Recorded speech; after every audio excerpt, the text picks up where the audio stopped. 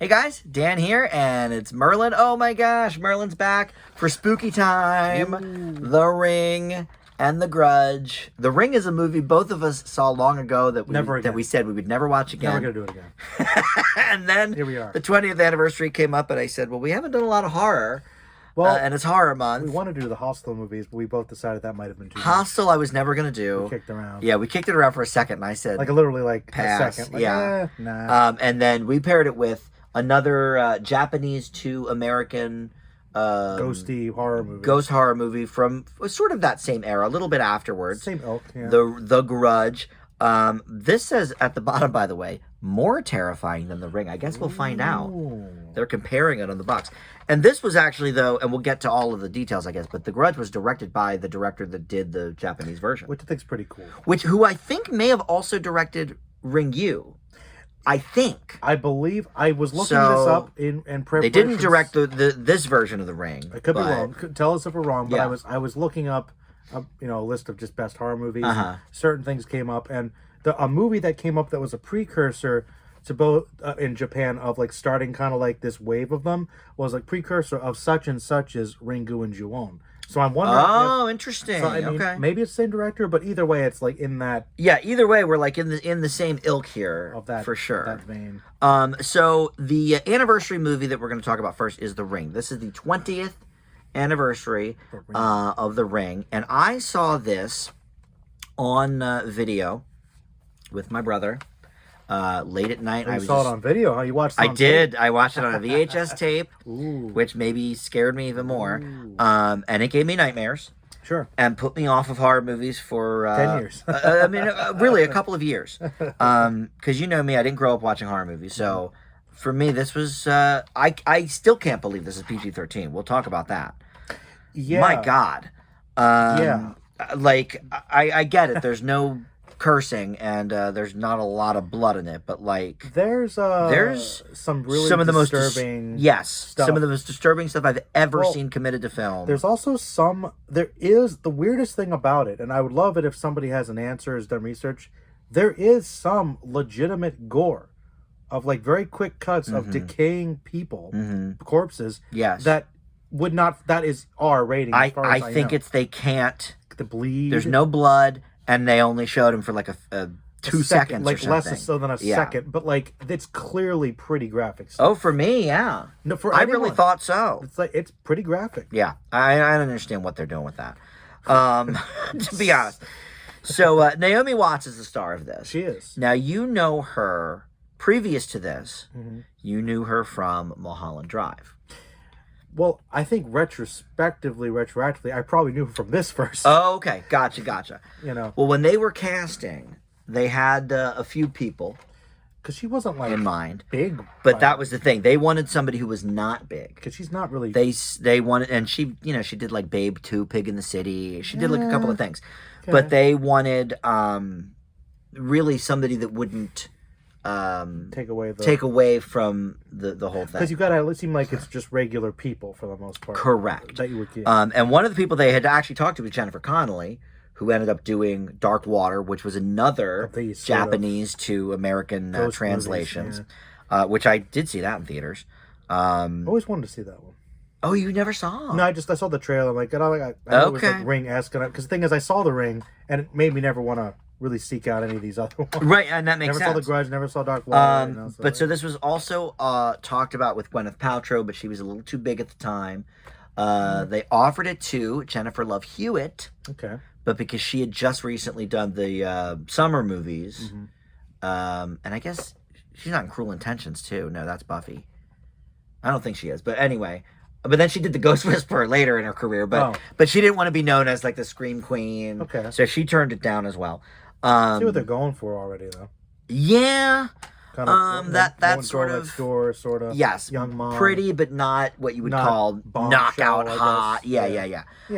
All right, so there's a bunch of things on this. First of all, big hit.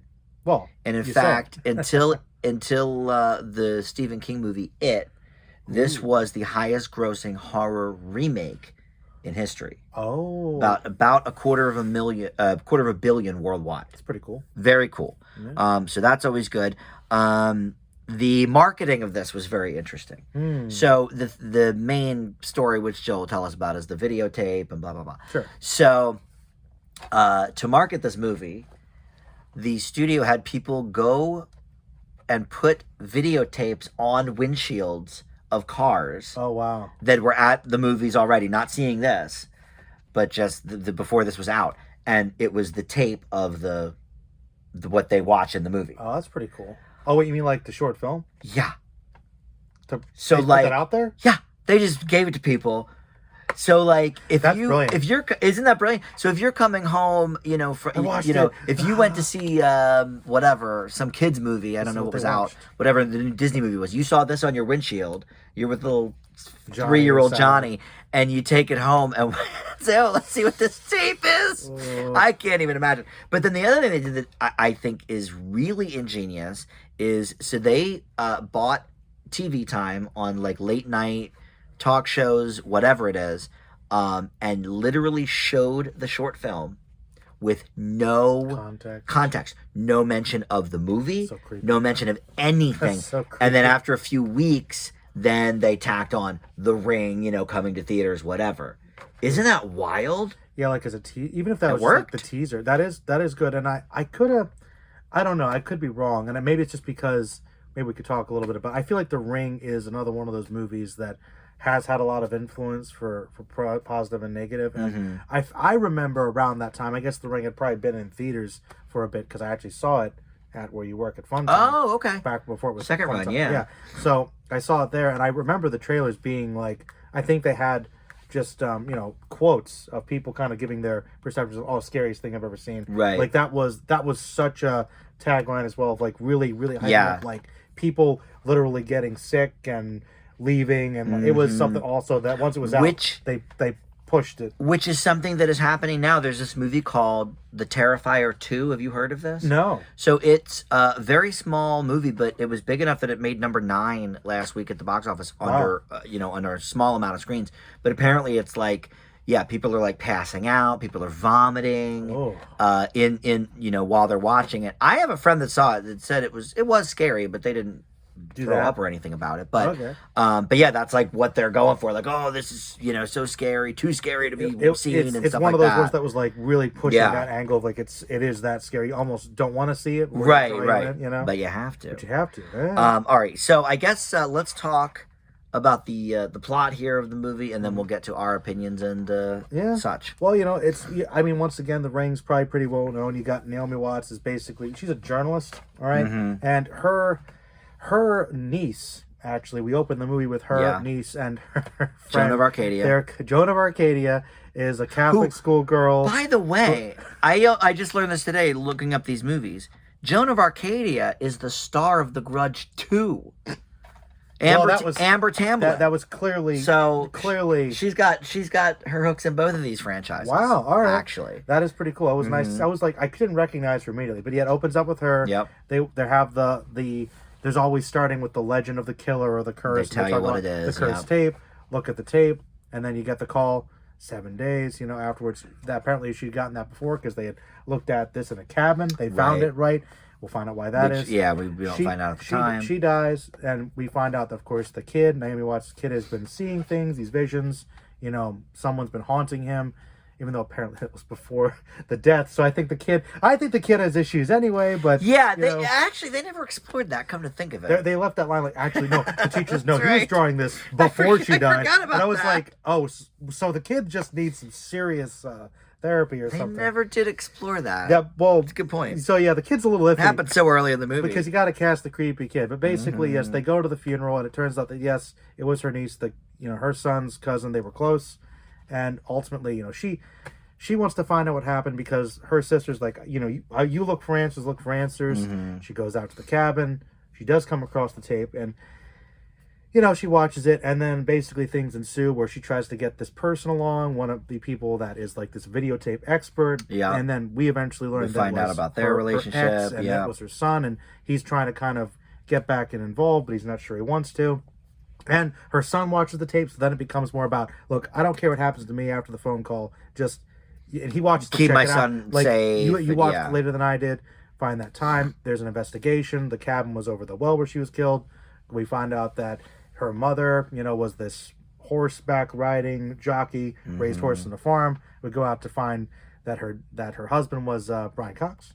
Yeah. And who's probably the biggest name in the movie. Yeah. Which is like, and he's like second or third build, and he doesn't show up for like an hour. But no, it was great. I was like, he's a very important, pretty role. Big movie, and that's basically when it all comes out that they adopted this daughter because they couldn't have kids, but she was kind of off, and she might have had some supernatural powers, making the horses run away, kill themselves, almost poisoning the land, driving her mother insane, and he put her in an asylum, and basically it's kind of explained that the girl, Samara, might have had some issues, clearly, but her parents did not help because they sent her away, and then her dad, her mom, we think it's the dad. We find out many things. The mom is actually, there's multiple twists, and actually the dad kills himself in a pretty horrific way with the shocking in the tub, but we find out the mom actually killed Samara by like trying to suffocate her, shoved her down the well, but she didn't die, and it took her 7 days down there before she starved to death, which is why she's like this evil ghost, this evil force, and curses people. You're gonna have 7 days to live like I did, and tries to reinvent that because she's got the cursed tape, and she's almost like within the tape is kind of where she is, and then she could come out from it, manifest things physically, and bring her to the different locations of her life that are cut together. But which they hint at earlier when Watts picks the fly off of the. That was the first little hint of, which was great. That was creepy as hell. Basically, her ex gets killed, but she does manage to protect herself and her son with the copy of the tape and just sending it out so someone can watch it, which It Follows, I guess, was inspired by. So it actually ends with a pretty bleak ending for a horror film, which is something that you don't often see. But it's a bit rare, but it does happen. Pretty bold, and that's fine. So that's pretty much the part of the Ring, or Ring U, American. Ring American. So when this started filming, the script wasn't even done. They went through 3 drafts of the script while they were filming, and somebody, where did I read? Somebody was in a couple of. Oh, here it is. Chris Cooper, who we know from The Muppets and many other things. Maniacal Laugh. He played a murderer in 2 scenes that were supposed to bookend the film, and then those ended up getting cut. Coolio. And I don't think they're on the Coolio cut, and they're not on this DVD. So I don't know if they're available somewhere else or not. So they paid him to show up for some scenes. He didn't. Isn't that funny? This is before he was famous too, really, I guess. I didn't know him until probably the mid 2000s. What's weird because he's been around a while. This is post American Beauty, so. He was, that's right. He was in American Beauty, that classic. Chris Cooper's weird. He's been around a while, but he got bigger recently. Yeah. And was Adaptation. He was in that too, right? Yeah, he's been. That was around this time, though. I think that was maybe the year before. I've seen him in stuff. Like, he was in Mate One. That was like in the 80s. He's been in things. So the original VHS of this, where did I just read that? Okay. If you rewind the tape to the very beginning. Okay. You see the cursed video at the very beginning of the movie, like before the movie starts. Sure. And then you hear a phone ring twice, like on the tape. Like while you're rewinding. But no, like you rewind it, you watch it. It plays the short that they see in the movie, and then a phone rings twice before the actual movie starts. Oh. So then you're like, oh no, I watched it, whatever. So they did a lot of cool stuff. They kept working these things in. So I understand why I had nightmares on this. Oh yeah, I didn't this time. Dan, you didn't. But I'm sorry. What's your? Dan was like, man, I got so scared. No, you said you watched it at the theater second run. But as a teenager, and it was the same thing. I was so. I mean, I liked it, but I was also scared that I never wanted to watch it again. How old were you? Let's see, in 02. 13. Or maybe 03 by the time this was at second run. Probably You 12, were probably 13. 13. Yeah. So that's young. I was PG-13. For once, I was following the MPAA. That this is PG-13. This movie. But the funny thing is, either of these really, because Grudge I thought was R for sure, and then you were like, no, it's PG-13. And it sure is. I was a bit lax, or certain people were a bit lax with the things I got to watch growing up, and that's kind of a joke. But the funny thing is, like, I loved RoboCop, which I think is actually pretty campy compared to some of the stuff in this movie. Actually, yeah. So I don't know. Looking back on it, I don't know if maybe RoboCop should be PG-13. Maybe we should retrotract and see. Well, look, I'm just saying it's interesting. we could go over the '80s movie grades and retroactive most of them. But I think tone and context and just like for me, Joe, that's the thing. Tone matters. Those corpses and the things we're seeing, like with underground and that imagery of the short film is more disturbing to me than anything in RoboCop. Yes, you know. And when she picks up Samara by the hair in the well, and it's like the hair is coming out of her mouth. Oh my God! You know. Oh yeah, the big thing that comes out of her mouth. You know, and like we see her kind of like floating up, the anticipation, like the atmosphere of a movie. I think can be scarier than any of the visuals. Sometimes. Yeah, like the sound design, the whole thing. Like, they said F once or twice. It's like, okay, who cares? I would rather hear the F word 50 times than see some little girl trying to crawl out of a well and her fingernails come off because they're so raw from Jesus. And I just think and I think that's another thing I noticed too is that obviously thematic elements are a factor here. Mm-hmm. You've got a mother who tries to strangle her daughter and then dumps her into a well to slowly die. Yeah. I think subject matter alone, because we see quite a bit of it, I'm surprised. And then also Brian Cox killing himself in the bathtub, which we don't see spot on, but we sort of do. If we saw a few more seconds of it, sure do. It would be R. So there's so much. I mean, and that's the thing though. I know a lot is implied, but there's stuff we do see at the same time. So. It's it's and we go off all the time about the ratings, but this is one that I'm just like, I don't understand how this is PG-13. I think it's something that maybe was changed a little bit because I was reading up a little bit about The Conjuring today, which I remember The Conjuring was quite good as well, and I thought it was in the vein of this, where that's a movie that doesn't really have much gore or anything. I believe it really doesn't. For the R, mostly for the atmosphere and the subject. Yeah. So I can't even remember that much cursing in it. Really, there wasn't. It was just a really creepy, scary movie. Man, it was. I remember I came out of that movie crying. Yeah. Ugh. So I think maybe The Ring kind of made people say, let's push it R. Maybe little kids shouldn't sneak into this one. Yeah, they really should have. All right, so the movie itself, I love.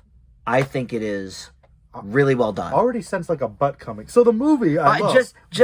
But what is this? No, there's no but. But the way you phrased the sentence, I was like, okay, well, go ahead. Well, because we've been saying things about the ratings, and we just haven't really talked much about our feelings about the movie. Well, I thought it was apparent we liked it. Maybe it wasn't. Oh, it's great. I apologize if it wasn't. I just feel like we've been talking a lot of facts, and now it's time to get down to the opinion portion, and I think it's great.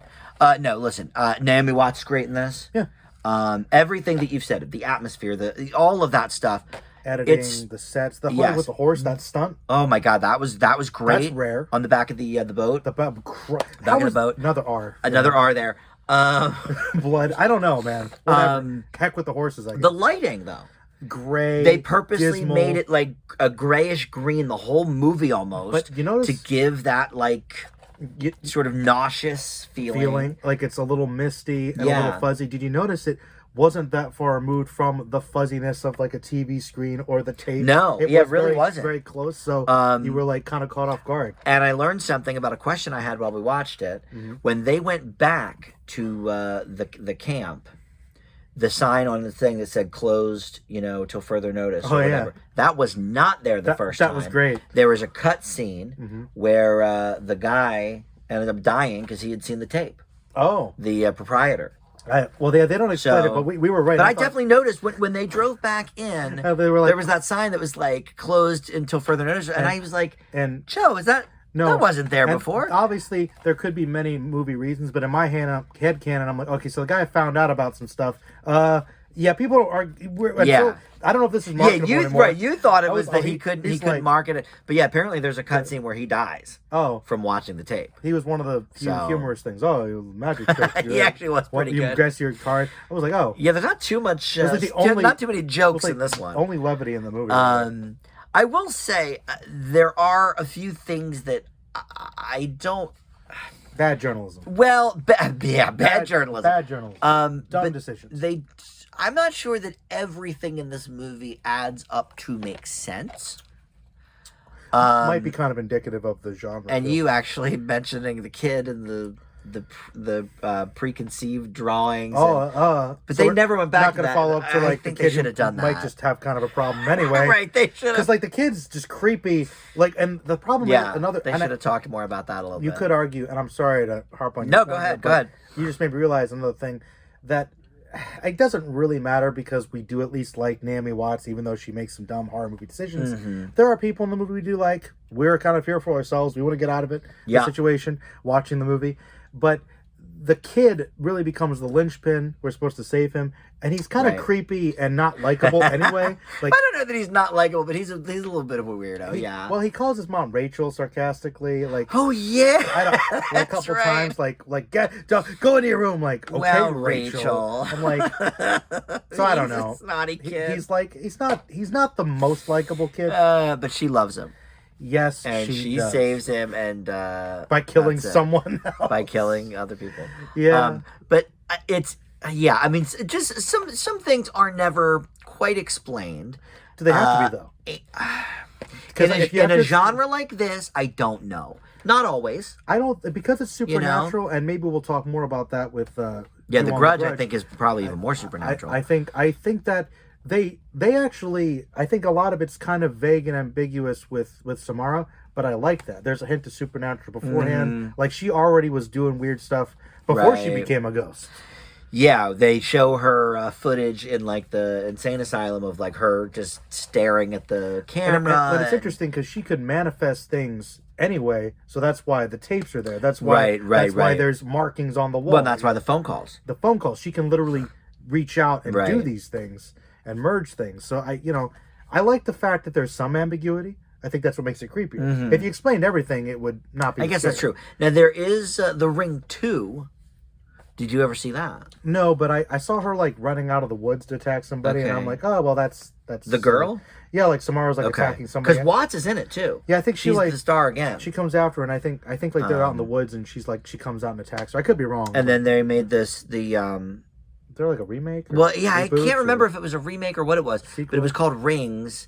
Oh, I watched it because it was in 2017. Forgot that. I don't think I graded it very highly at all. I think it was like a D or a D plus. But I must have watched it because I watched, 2017. I was watching everything. Yeah. Whatever. I saw it, but this is by far the best of the bunch. Probably. I think if you're talking about like supernatural horror movies, I think this one's up there. Yeah, for like ghost horror, supernatural horror, this sort of thing, definitely in the high ones. Well, the reason that they decided to really do the remake was The Sixth Sense. Sixth Sense, came out of left field and was such a huge hit for Shyamalan, obviously. They were both unbreakable. Remember, they were both David Dunn in those green coats in the rain. Both did in this movie the unbreakable the Green dress. Guardian, the outfit. That was funny. But so because of that, they were like, you know what? Let's mine some of these Japanese ghost like ghost stories. Yeah. Well, that's the Japanese do some pretty good horror movies, and I think with The Ring, they, for as far as I know, did a pretty good translation. I have heard some people say the original's better or scarier. Okay, that doesn't surprise me. I have heard that. Yeah, but so I've always been a little curious. This is actually based on a Japanese novel as well, or a manga maybe. Probably, of course it is. They all are. But yeah. So but you've never seen it. No, you've never seen Ju-on the Grudge, have you? I never had. Okay. After watching The Ring, I didn't have a desire to pursue the Japanese ghost movie. Yeah, the scare, right? The scarier and really R-rated one. So I might eventually. Okay. But The Ring, I think The Ring does a really good job of just being. Well, another thing too that we didn't mention yet that surprised me on this run. I always knew The Ring was good at being scary, but I wondered how well it was going to hold up. And a couple things like just like the cinematography, the editing, like from a technical standpoint, we just were noticing. Well, yeah, we kept pointing things out, like the shifting of the dolly. Like there's just there's so much intimacy, like from the craft of it. Was really good. We just knew like this is a well made. They put time and effort, and it's just very fluid. But also from a writing standpoint, like as scary as the girl is, as Samara is, when you find out what happened to her. It was actually pretty sympathetic and sad. Yes. Like I actually was moved to tears a little bit when she was holding her skeleton in the wall. I'm like, wow, I didn't think that I was going to be sad about Samara, but like I am. Yeah. So and that's a horror movie that's a nice touch. Can do that too. to make a villain like that a little sympathetic. Right. That's good. Which that's they good. tried to do that in The Grudge as well, which we'll get to, and I think less effectively. A little less effectively. But I agree. I have some things to say about The Grudge, but yeah, The Ring I think for the most part is very effective. I was tempted to give it a certain grade, but I mean, I know. Are we about to? We're about to get the grades. But who did direct this? It's like the I said, Pirates of the Caribbean guy. And that's right. And you're like, oh yeah, he's good. Okay, so Gore Verbinski, I knew him from Pirates of the Caribbean movies. He's got a pretty diverse. But then we looked him up, and he does a whole bunch of different genres of things. You like when somebody can branch out like that, and so I appreciated that. Again, it's Emily Blunt. No, not Emily Blunt. It's what's her name that we like from Renaissance Man, which you never watched. Oh, Penny Marshall. Penny Marshall, which we just did last month with League of Their Own. She just does every type of movie. So is it possible Dan's that Big this movie always comes around? Yeah. Verbinski, could he be like one of the great directors and no one just talks about him because like that's variety? I think okay. No offense, but you are right. But some hold on. directors, what else did he do? But I think some of the problem is garbage. some of this stuff is garbage. But everybody has a few. Wow. Right? Everybody has a trash. No, see, Marshall didn't. Remember, Marshall did like 7 movies and out. She did a Tarantino. Just go on a high note. Can't keep going. Yeah. Rango, he did that cartoon. See, that's he good. He loves Johnny Depp. We'll just find the bad one. Okay, you find the one bad one. Mouse Hunt, that's fun. That's okay. And there you go. So we did a kids movie with Mouse Hunt. The Mexicans rom-com. Yeah. Or drama. Yeah. Weatherman's good. Weatherman was very good, actually. That's good Nicolas Cage drama. Lone Ranger. That's what he did. I like that one. Which we actually really like. So I don't know. I'm actually... Some people don't. And then Cure for Wellness, I actually liked as well. I didn't see it, but I heard it was good. No, you saw it in Film Fanatics. You didn't care for it. But I actually saw it twice. And I liked it. But it didn't get very... Good reviews? Good reviews. But all right, so Gore Verbinski really has only done about 7. He's doing The Marshal. Oh. He's doing like 7 or 8 movies. 3 of them are pirates, and there you go. All right, well, look, for me, I think this is one of the, I would say, top horrors of my life, for sure. Mm-hmm. I think everything we said about it, not just the scary, but just how well made it is. It's very well made. For me, I'm between 2 pretty high grades here. Okay. I will stick it because I think we maybe could have had some more explanation on certain items. I'm going to leave it with an A-. Oh. I was between an A and an A-. I mean, I think this is an excellent horror movie. Well, I think it is a great horror movie. Okay. Which is why I'm going to leave it with a solid A. Ooh. Which is...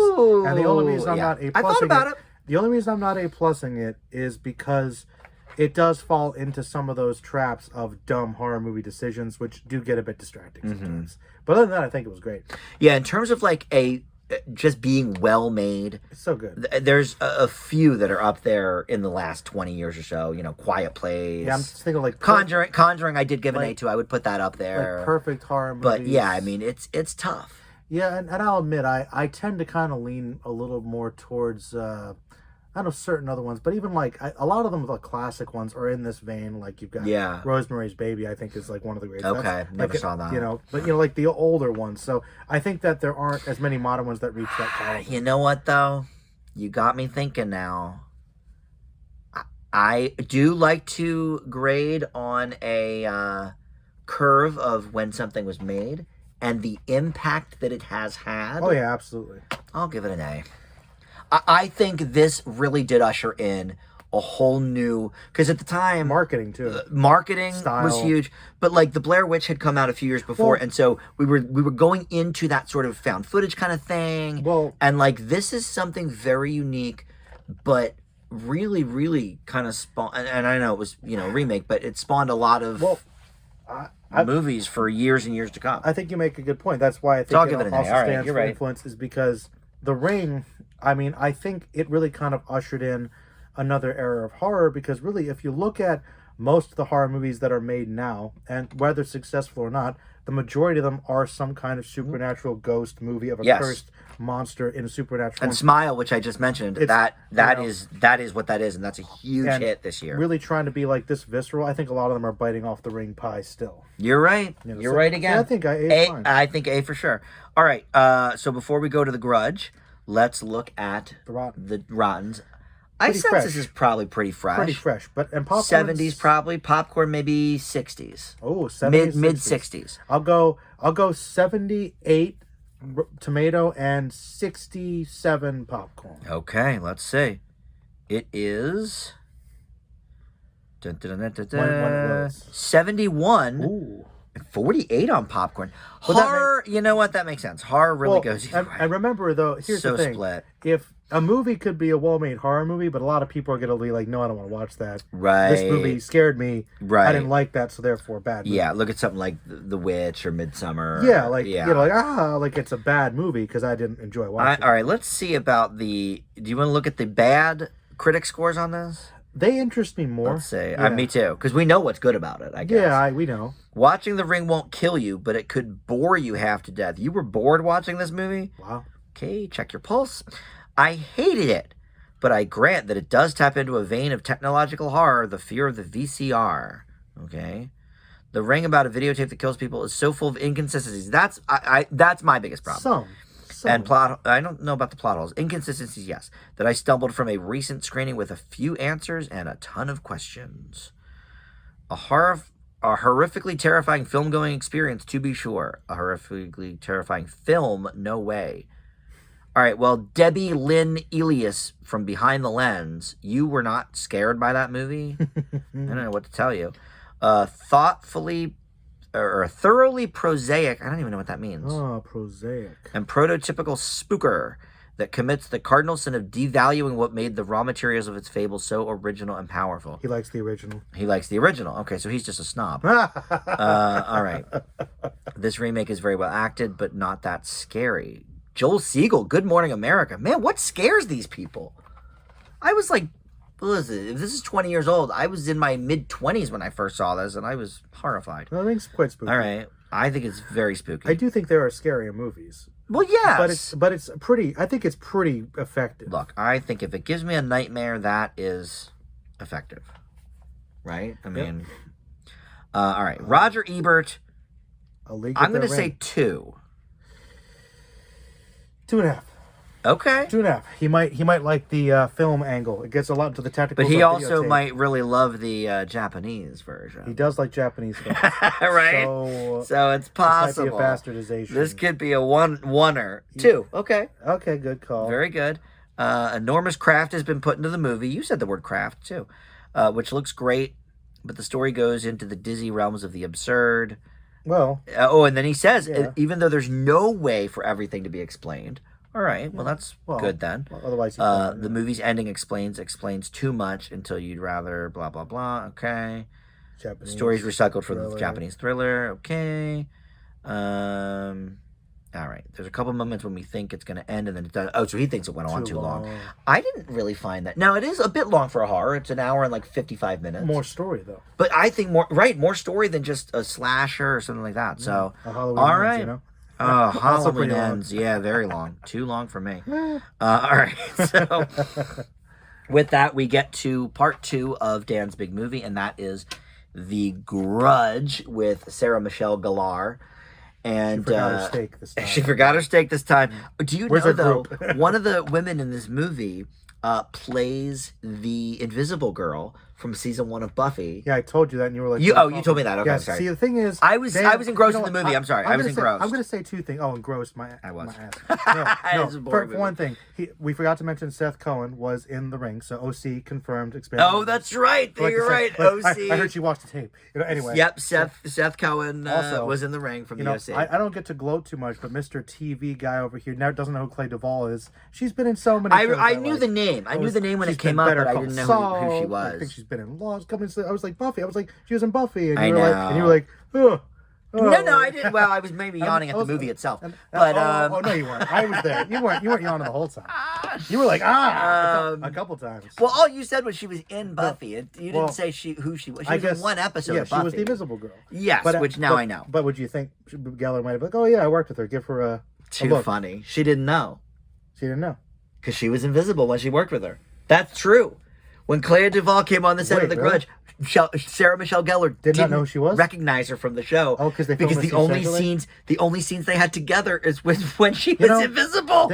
The thing, not to go off on a rant. It's one of the only background things I read about this movie. There's not much out there. The first season of Buffy, I know probably think it's uneven.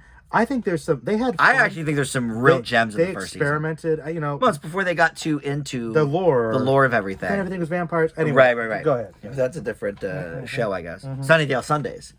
Bring it We back. should bring it people. back. Bring it back. Look, I could have watched the commentary on this to get more insight, but why? I just didn't like it enough the first time. But yeah, the wiki and the IMDb on this doesn't really have a ton of like background information or production stuff. It really doesn't. So you know, there's some out there, I'm sure, but this was directed by the guy that did the original, Ju-on, The Grudge. Okay. And they've made 3 of these too. They made The Grudge 2.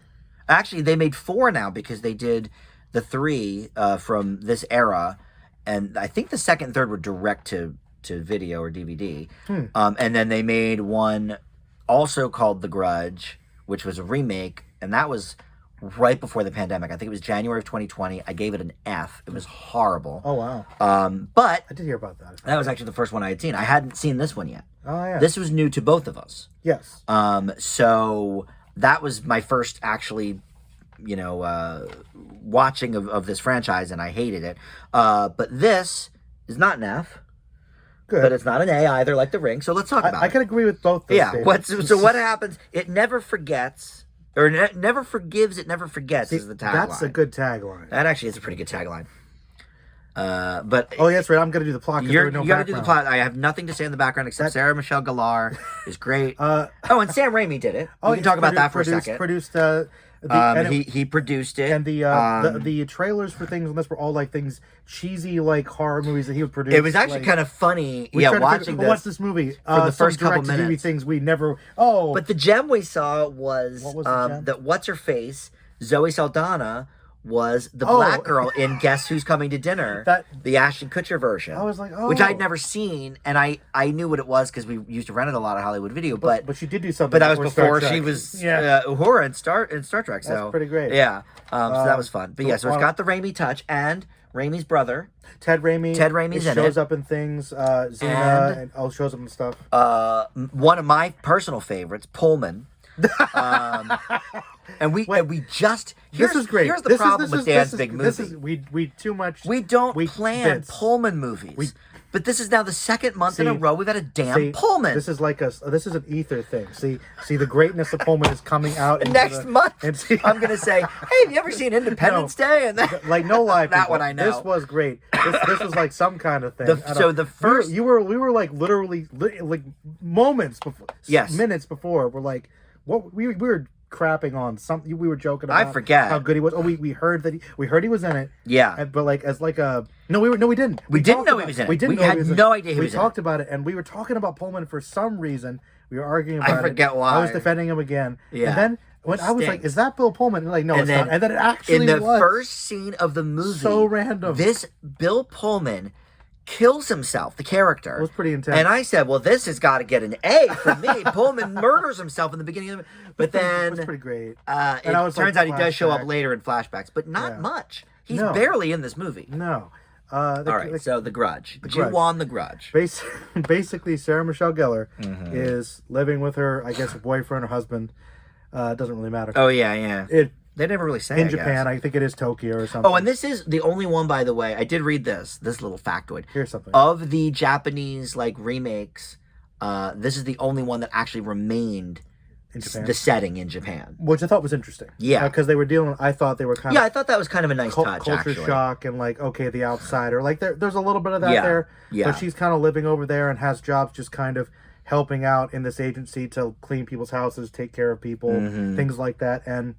Kind of a healthcare worker. It seems like a home healthcare, maybe nurse sort of thing. Something. Little vague, but something like that. And one of her coworkers, who is Japanese, I guess, stumbles into this house and gets murdered by one of the Grudge monsters in the vent area, and it kind of cuts back. We cut back later to Sarah Michelle Gellar saying, "Oh, we haven't heard from her. You can go take care of these people."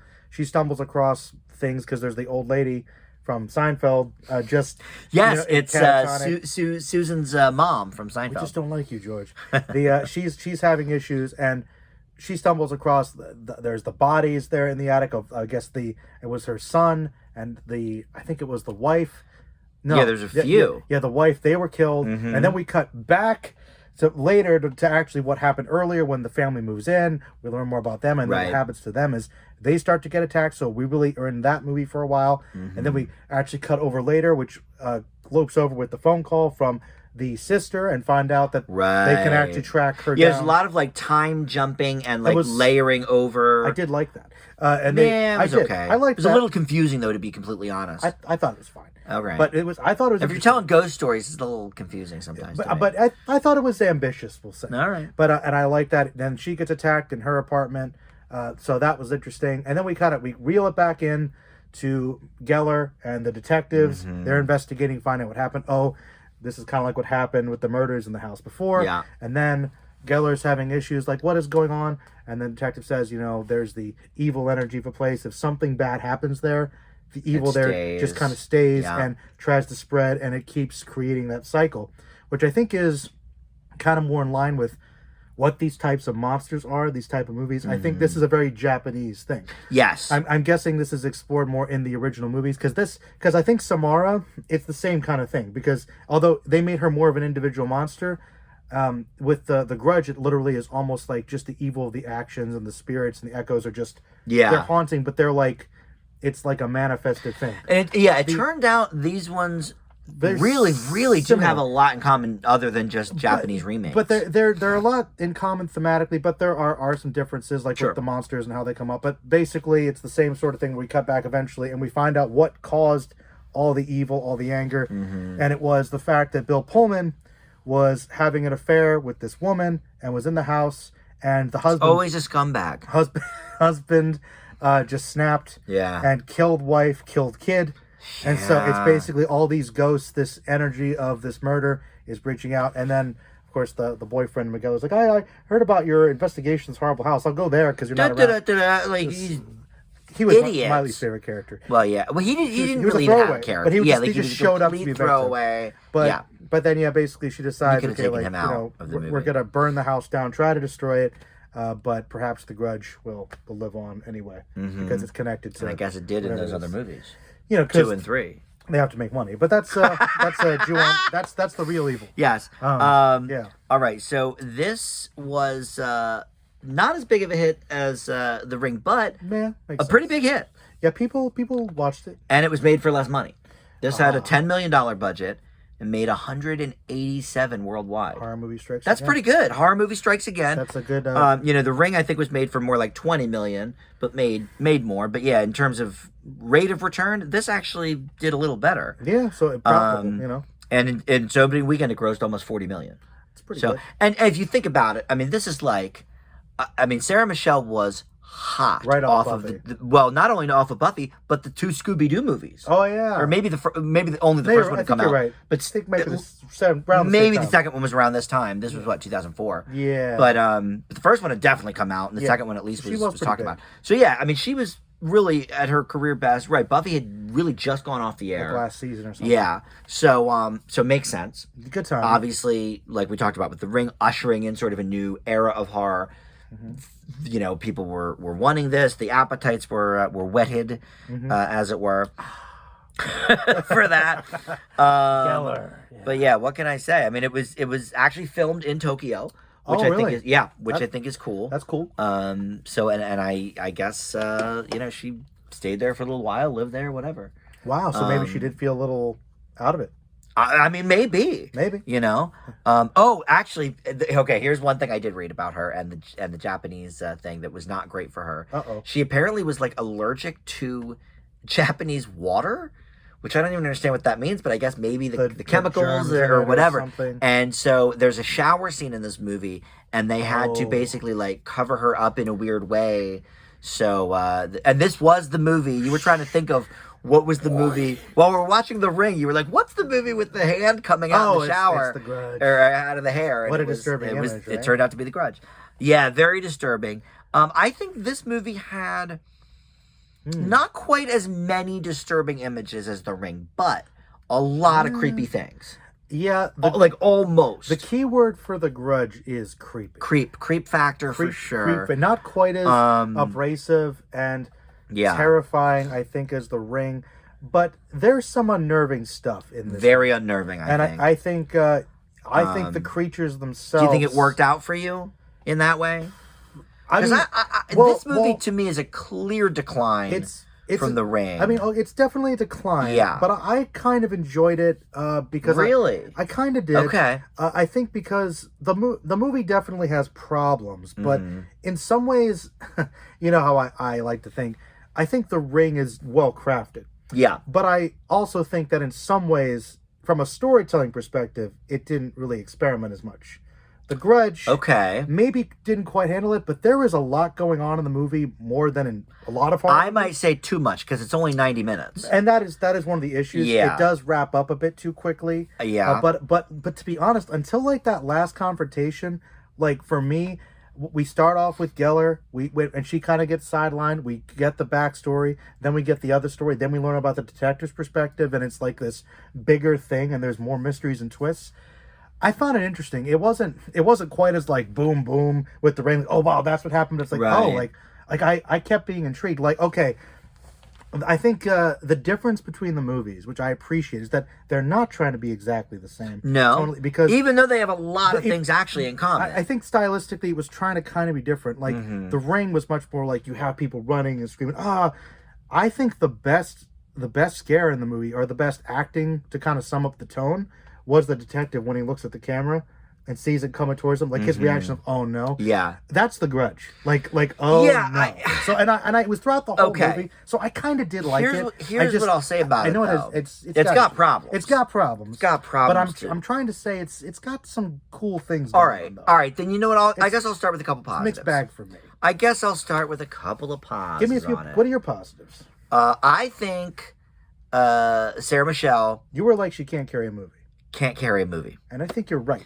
Yeah, that's not a positive. but I think she does a good job playing a scared. I think she's woman. I think she's okay as a scream queen. Oh. But I think the reason that we don't really see her starring in her own things and doing her own vehicles. She needs the Scooby Gang. She needs the Scooby Gang, the literally ensemble. or figuratively. She needs the ensemble. She needs either the Buffy or the Scoobies. I agree. I don't think, which is why I'm glad. Look, it's not a knock on her necessarily. I think she's a lovely person. She's a good actress. And she's a good actress. But yeah, her carrying a movie to me of where she needs to emote this many different ways. It didn't work for me in that respect. Which is why I'm glad they had an ensemble of different stories, which I thought were interesting, because if it was like The Ring, where we were focused on her, right, which is what I thought it was going to be, I was like, this is going to be lame. You're right. If she had to be Naomi Watts and carry the movie on her back, it wouldn't work. It might have been less messy, but I think it would have been more dull. But like you mentioned, that boyfriend / husband or whoever he was one of the worst throwaway characters, bad actor. That was bad. So I have him in the movie. So if you need an actress, a lead actress that needs an ensemble, you gotta give her ensemble players. You can't give her dead weight. Bill Pullman. Pullman stinks. Pullman can't act his way out of a paper bag, and you know it. He's had a couple of good movies. Well, you know my opinion anyway. No, no. Other than Independence Day and the speech, we talked about this League of Their Own. I can't repeat it.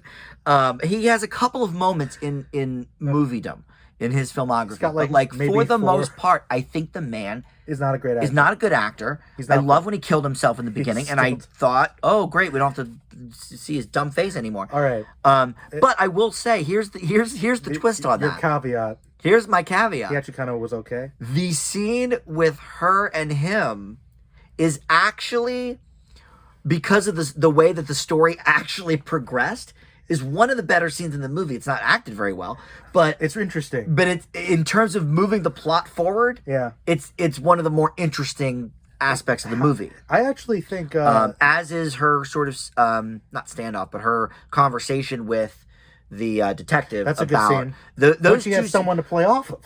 She needs a person to play Instead off of just of. standing there being scared, yes. like, oh, and at least Pullman. Can't act dead weight, but at least because we didn't know where that scene was going to go and what was going to happen, I was at least drawn to it. Yes, I'll give it that. Like the fact that Pullman was admittedly kind of stiffly wandering around the room, like what's going on. For the scene, it actually kind of worked. Yeah, a little bit. But I will agree. I think there are many actors that probably could have done even that dialogue-less scene better. Yeah, looking scared, more. For confused. example, you.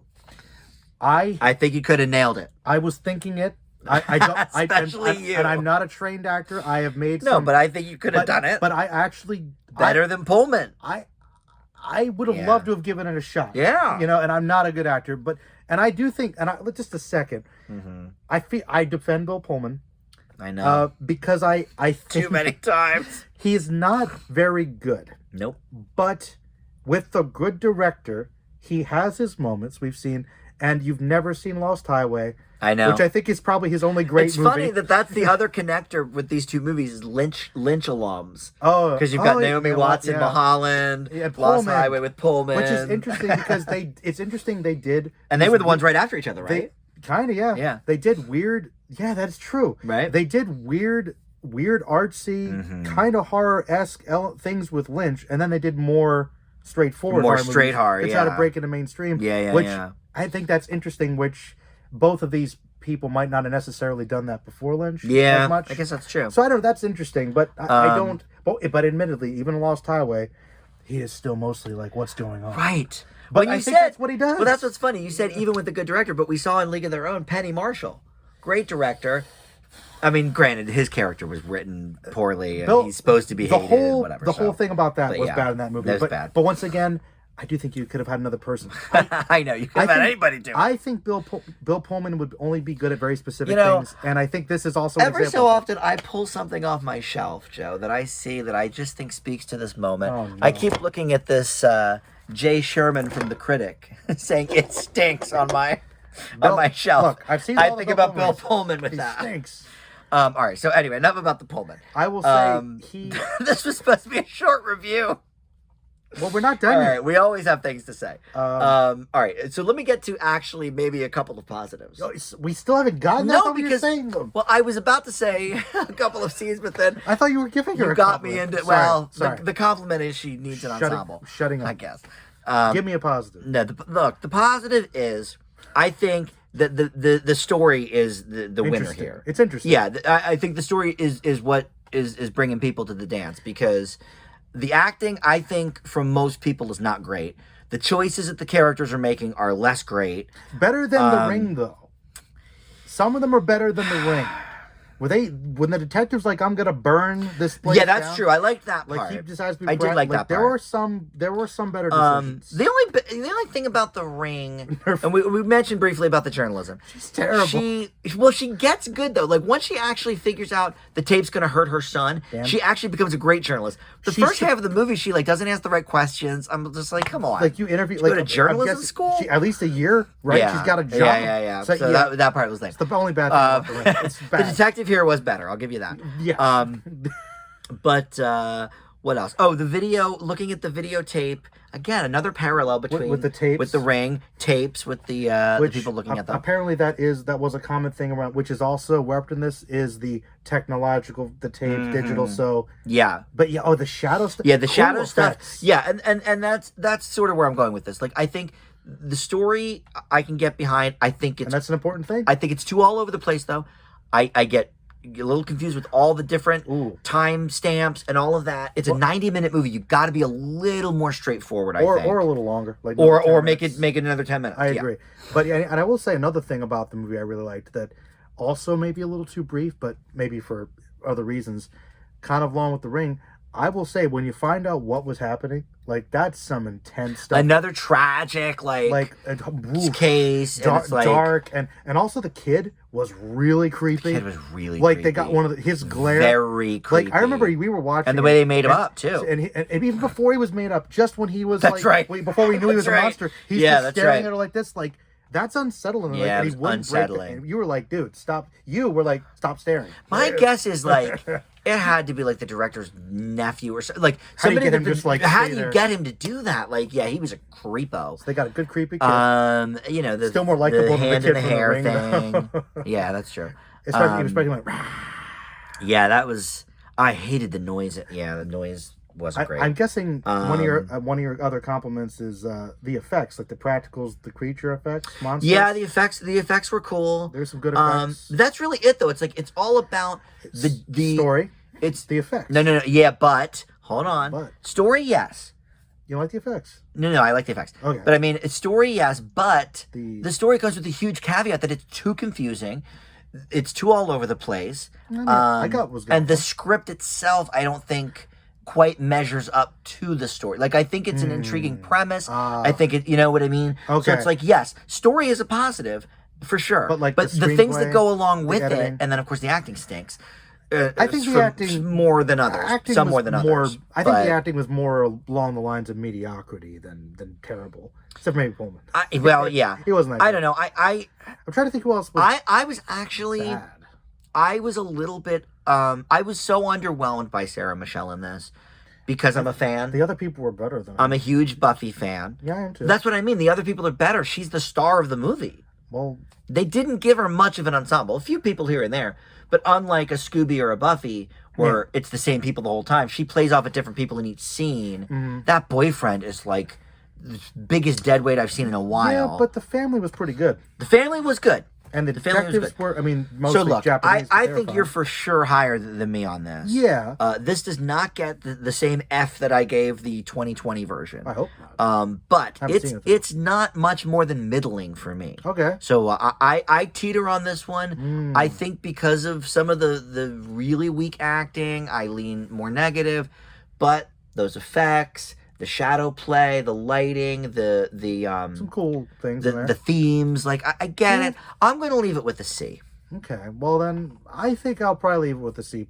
Okay. I was going to give it a C minus, but you've talked me into the effects were very good. Well, I was thinking more B minus. I was going to throw it Okay. a positive, but I've talked you down a little bit. A little bit. I think This C is why we plus talk it fine. out, Joe. Because I think C minus is definitely too low. Like there's some things in this movie I thought were quite good, but it's very uneven. Well, I bit can tell you something. It's messy, and that I have a soft spot for messy, ambitious Yeah, you fiction. do, I especially horror. I do. But I will tell you, before we look up the Rotten, this is such apparently a classic Ebert review that The Grudge, that his comments were actually in the wiki. Worst movie? So it is in his worst movies. Oh, come on. He gave it whatever it is, 0 stars, whatever the lowest thing stars. he is. He said it was the worst movie of the year.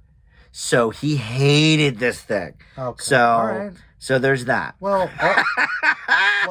here's the thing about. But we'll see. We'll see what the rest of the critics say about it. Well, but yeah. Well, the thing about Roger is he's like, he's kind. curmudgeon? He and Siskel were very curmudgeon about anything horror that wasn't like they really were. It wasn't that wasn't The like five. Exorcist Yeah, if it wasn't like or- five things that were like really like pristine, he'd think it was garbage. So. I don't know why. Because it was because one thing going back and listening to their interviews, 40% on Rotten though for the critics on The Grudge. okay, they didn't like stuff that was violent just for sensationalism. They thought it was like bad. Oh yeah, they really didn't. Which it's art. So, But it's like, well, you it's know, I mean, you know. I don't know.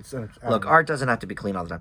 All right, I feel comfortable with my C, maybe even being too high. 40 and 46%. Yeah. So let's see if anyone mentions Pullman's horrible acting. He wasn't in the movie enough. Grisly ghost story lacks plot, not for tweens. Well, of course it's not for tweens. It's PG-13, dum-dum. Had too much. And actually, it should be rated R. I think we already kind of said that. Generally speaking, I like a little more plot with my boo moments. See, and that's my problem. I think I like the story, but it's too short. If they wanted to too be short. a little more plot-driven, an extra 10 minutes, I think would have gone a long remember way. the scene when Pullman's walking in the house and they have like the reveal? They have the reveal. It's like 2 minutes, Right. and then it's time to wrap the And movie then that's up. it. Right. That's my biggest problem. The film is little more than a few disjointed scares wrapped up in a concept. In the end, it doesn't add up. More than a few. I would say more than a few.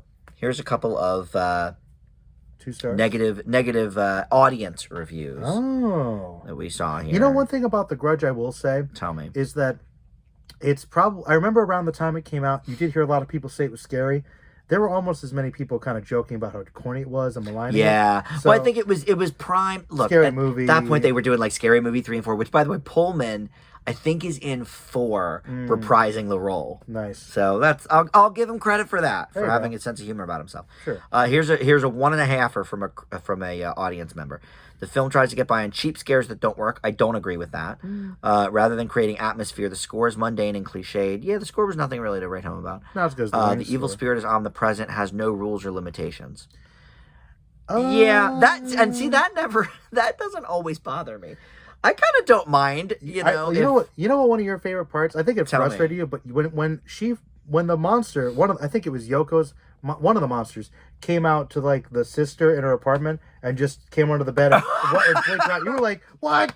Like, yeah, that didn't make any sense and was not consistent. But you kind of liked it. But because it was funny. That sister was annoying. Limited by a lack of practical effects, making the ghost scary. Who? That's just a random person. That's not a critic, though. No. I'm like, okay. No. I care less, really, with stuff about... I don't know. There's so many trolls out there. That's true. But I'm not even going to look at... Well, should we look up Ebert, what exactly he said about it? This is such a legendary movie. We got to talk about this one.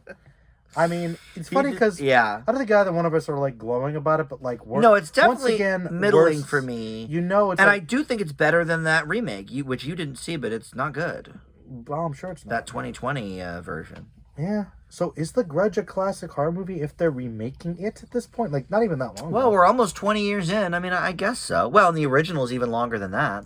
Ju-On. That is true. So I suppose by that metric, maybe. I guess we've got enough fans. All right. It didn't like it when I searched The Grudge. Here we go. It's trying to push it away. Oh, damn it. Now we're looking at Peacock. I'm telling you what, get out of here. Now we're back on The Ring. 2 stars. Just get me to The Grudge, please. Anyway. I'm sure he'll mention The Ring. Before we figure this out, next month is going to be the... Even later. Actually. Late November. Oh my God, we're going to do the same year, which I don't... We've not done the same month, same year before, I don't think, but these were 2 Oscar movies that... have some intense things. See, it's funny is that we watch these we watch these horror movies with these dark things going on. Both movies we're gonna watch are more grounded and darker than either of these. Silly ghost No movies. Country for Old Men. Talk about the Milkshake. Some light. What the hell's it called? I drink. Let them eat blood. What the hell's it called? Basically, there will be blood. Now the parody version. Ben Stiller should do that. Let them eat blood. Let them eat blood. I'm gonna go dig some oil with my son. So this is the, I think, 10th anniversary for both of those, and so we're gonna watch them, or maybe it's 15th now. Probably, I think there was 7. Is it 15? 15. Wow. So we're gonna watch them. I've never seen Milkshake. I have seen No Country for Old Men, and it was another one like The Ring where it was like it was good, and I knew it was good. And Coen Brothers. I never really wanted to see it again, but I'm intrigued to see what I even remember. Okay. Here's the Ebert headline.